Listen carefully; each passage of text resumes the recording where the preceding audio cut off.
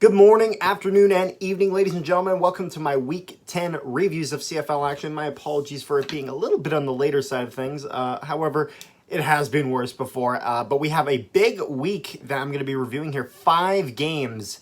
The first of the weeks to have 5 games. So I'll get right into it. I'll waste no time. Make sure you like, share, and subscribe if you haven't already. And we'll start with Ottawa versus Toronto. All right, so this would be an interesting one where Toronto would walk away with a lot of points in the game. Evans would start for Ottawa, not Matt Nichols. It would be a pretty even first half between the two teams. Obviously, this is something that I feel like I expected Toronto to have at least a little bit more control of this first start of the game, just because we are talking about the best and worst teams of the Eastern Division, which I don't really think that's a question anymore. I think Toronto has really solidified themselves, and we'll talk about that more later in this video, of why they are the best team in the East right now. Jean-Pierre played well for Toronto. I thought that he was pretty strong and a pretty big part of that Toronto offense. And I think one of the things that really solidified Ottawa in their defeat was just the multiple interceptions thrown. Like, that's something that it's really going to hurt you. And, you know, I think it was good that they had that competitive first half, but they need to be able to keep that momentum going and build off of it, which they don't know how to do. So Toronto would win this game 35-16, and that will bring us to our second game of the week, which is Edmonton versus Winnipeg. All right, so the Bombers dominated this game 30-3, not even close. And this is without Kenny Lawler. So I've discussed it numerous times. I think you already know what happened with the drunk driving incident and whatnot. So he wasn't playing this game. The O-line was for Winnipeg. You know, I was really hoping we'd see that really strong O-line that we saw against BC. However, it wasn't quite like that. Now, it wasn't the worst thing in the world, but they're much better than what we saw. So I just hope when we play those better teams that they step up more, because I really think that they're a huge part of our team. Mortada in this game, I'm sorry, but he proves that he's not good enough. He just doesn't have it. And I think the Bombers now got to start. Like, I know Coach O'Shea and whatnot was talking about how they want to keep rolling with it. I get it. They want to take guys, they don't want to have to trade away picks. They don't want to have to do this and that. But I think the Bombers need to accept the reality that if they really should get a kicker to really solidify their team as, you know, the team to beat for the Grey Cup. Obviously, they already are that, but, you know, I do have a few concerns in, you know, as much as we're going to be playing up in the playoffs, you know, other teams will be too. And if this comes to a game where it's going to be a kickoff, I don't know how I feel about that. But, so I say maybe at this point, until you make a trade, give Leggio another shot at it. Why not? And maybe he starts performing, and if so, great. Rasheed Bailey was great, as he always is, and Collaros was good too. So I think this was a pretty dominated win by the Bombers. It really doesn't test them at all.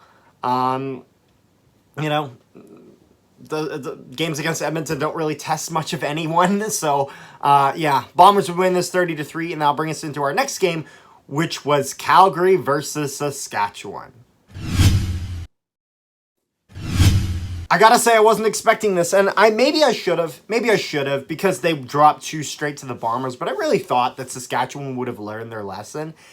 And the problem, one of the biggest problems is Saskatchewan on home field, you have to come out strong. They came out flat against Calgary to start this game, with Bo Levi-Mitchell with a touchdown pass right at the start of the game. It would be a pretty even first half, but having you kind of get punched in the mouth in front of your home crowd to start the game it's not a good look. So I think if Saskatchewan really wants to win these close games, they have to get up on teams early, and they're just not doing that.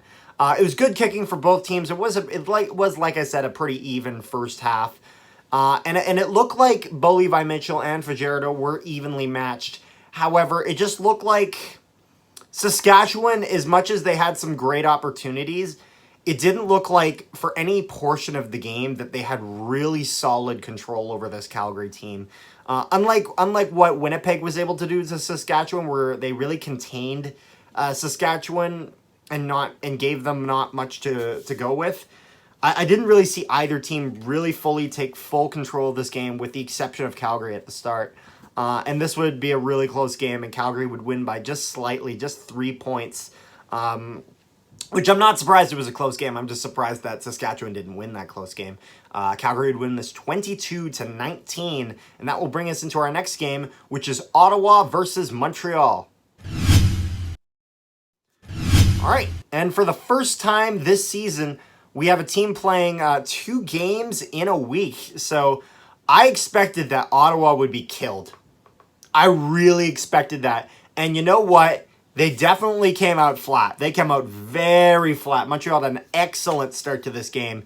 And specifically, the Ottawa O-line was horrendous. 2 sacks back-to-back that they gave up to this Montreal defense. It really was looking like Montreal. Like, I expected, to be completely frank, I expected Montreal to beat Ottawa bigger than Winnipeg beat Edmonton. And Winnipeg beat Edmonton by 27 points. So I expected this to be a bigger lead than that. And they only ended up winning by 4. Now, Evans would start again for Ottawa, which is fine. For Ottawa, really, at this point, just kind of throw everything on the board and see what sticks. Because that's all they can do. And Vernon Adams Jr. would be injured in this game. That is a big thing. And I believe he might be out for the season if I'm not here. I believe he is, from what I heard. I think so. So maybe go and confirm that. Don't take my word for it completely. But I believe he's out for the season, which, if so, is a huge blow to the Alouettes. But yeah, like I said, Montreal would win 20-16. And that'll bring us into our last game, which is Toronto versus Hamilton. All right, so I expected Hamilton to win this game in pretty handling fashion, the same way that Montreal, I thought, would, because, Toronto is now playing their second game this week. But Toronto would just squeeze through with this one. And I thought it's funny, because I thought Hamilton had a great first half. I really thought, I believe it was like 13-0 going into it. They had some great momentum. They had everything going for it. Even the third quarter was not it was not great by any means, but it was not the worst quarter of football I've ever seen, by any means. But then, one thing I should have mentioned, Bethel Thompson is playing QB for Toronto in this game, not Nick Arbuckle. But going into the fourth quarter of this game, because this is where really this game gets interesting, Hamilton choked. Hamilton choked hard.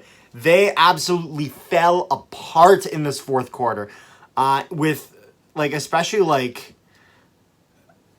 Hamilton had some of the worst worst defense I've ever seen in the fourth quarter. It was horrendous. And Toronto took every opportunity on that.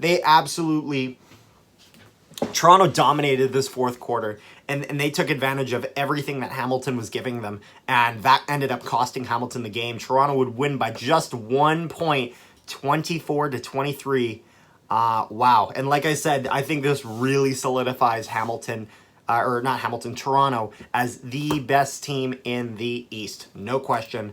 So really, it's going to be interesting to see who's going to fight for that second seed, whether it's going to be Hamilton or whether it's going to be Montreal. I don't know after this Montreal game against Ottawa if they're going to be able to do it. So that will be my Week 10 reviews of CFL action. Make sure you check my Week 11 previews coming out in not very much time. I'm going to be doing it right now as well. And then we got the Bomber game tonight, which I'll be doing a video on as well. So I'm pretty busy, but, I enjoy it. It's fun. So you guys take care. Make sure you like, share, and subscribe if you haven't already. Check out the Jet season is starting back up. So we got our game reviews for that. So Zach is doing that. Please check that stuff out. It really is fantastic content.